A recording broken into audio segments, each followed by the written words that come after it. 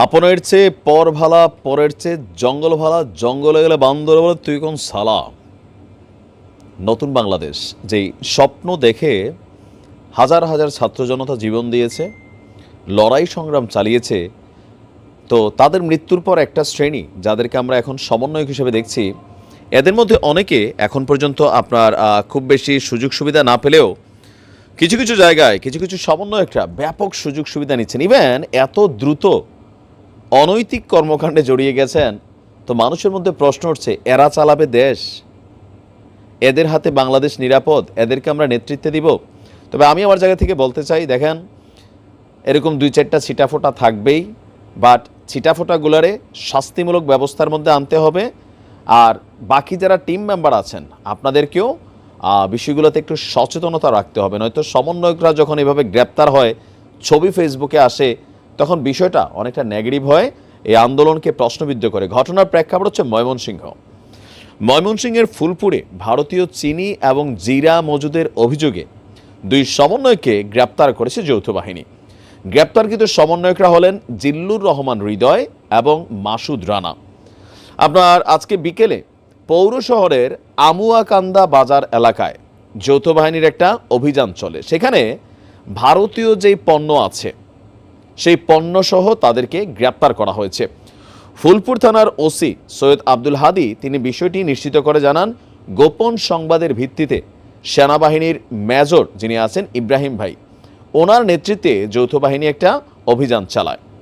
এ সময় ভারতীয় পণ্য গুদামজাত করার বৈধ কোনো কাগজপত্র তারা দেখাতে পারেনি, যার কারণে তাদেরকে গ্রেপ্তার করা হয়েছে।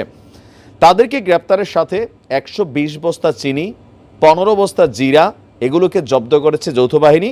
পরবর্তী সময়ে পুলিশ হেফাজতে সেগুলো দেওয়া হয়েছে।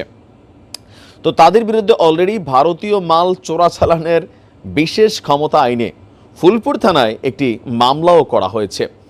এখন আমরা জানি বৈষম্য বিরোধী এই আন্দোলনে যারা সমন্বয়ক আছেন তারা সবাই ভারতীয় অবস্থানের সাথে খুবই বিরোধী একটা অবস্থানে আছে ভারতের সাথে। কিন্তু দেখেন, যখন নিজের ব্যক্তি স্বার্থ আসছে, ওই ঘুরা ফিরা আমরা এই দেশের মানুষ আইন অন্যের জন্য খুব চাই। আমরা চাই পুলিশ সৎ হবে, সরকারি কর্মচারী কর্মকর্তারা সৎ হবে, কিন্তু আমার ছেলে বা আমি নিজে যখন এইসব জায়গায় বসবো, আরে ভাই আমি আর সামান্য একটু করলে আর সমস্যাকে, বিষয়টা কিন্তু এই জায়গাতেই।